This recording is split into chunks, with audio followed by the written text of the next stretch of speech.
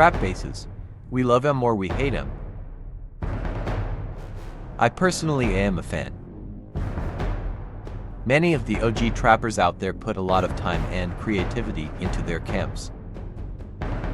This video is more about how I do my traps rather than if it is moral or not. Let's keep in mind, it is just a video game.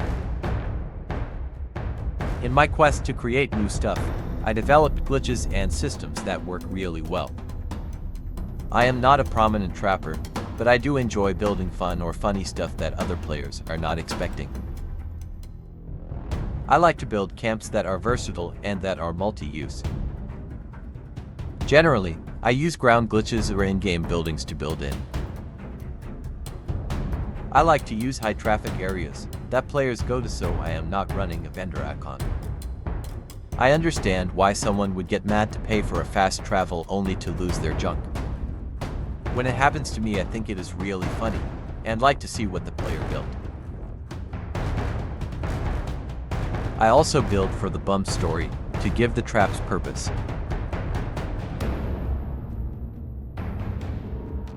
My main goal is to make camps immersive and fun, and as inconspicuous as possible, yet functional. I use switches to break the vendor with a rug float. That way, if I am max caps and playing on public teams, I am not the victim of the camp hoppers out there. Most of the stuff in my vendors are free or cheap, so I don't want someone to buy me out when I am max caps. The shit shack is an AFK camp that can be triggered from the banjo position. This is a funny ruse for the salty ones out there that get a free fast travel to Nuka World and still message me.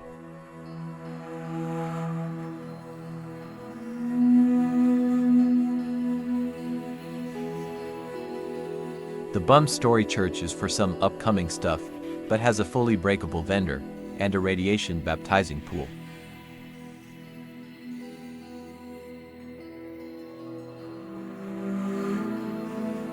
When the trap is triggered for the sacrifice, it holds them in. When I release it, they fall into the pit and it looks really cool.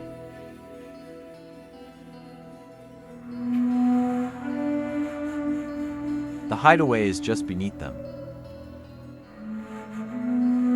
but makes logistics hard when recording for the Bum Story. This is only a dual breaker, cause I needed to build space for the church and altar.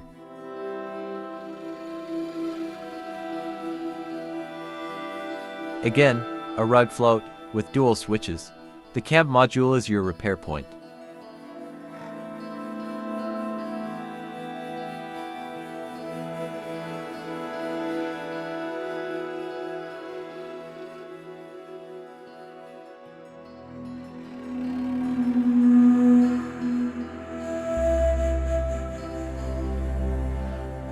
And with the flip of a switch, all gone.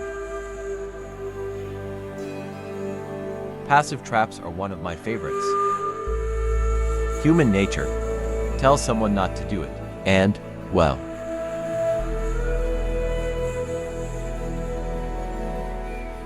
I do funny stuff too, but this one even has a message. Did anyone find the hidden chair?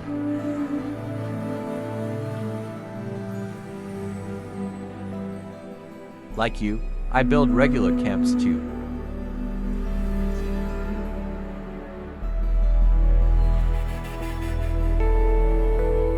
Not everything is a maze or a trap. I also have a couple scrib haulers at eviction notice. Let me know if you want to see how those work.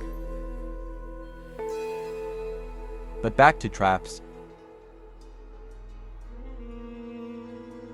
The Sickleman house was a pretty difficult build. I had to custom make and place the traps to fit in the building. Also, the rug float took forever to get perfect. You can see it on the table. This one hits pretty hard, but is a logistical nightmare to record.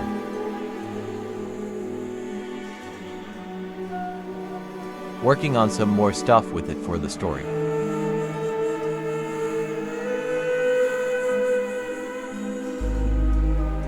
But all of these can be, and are used as regular camps as well.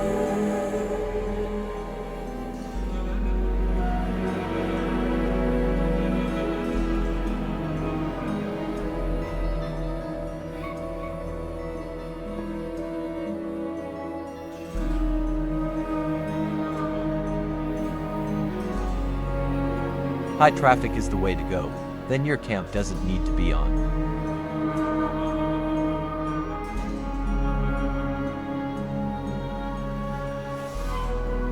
They can get pretty elaborate.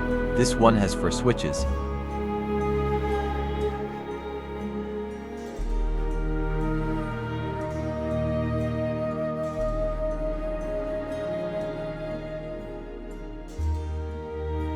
But you can do so much under the map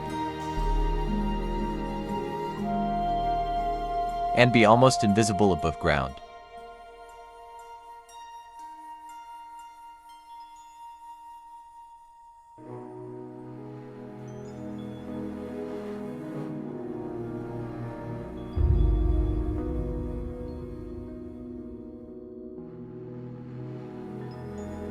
And have a little fun.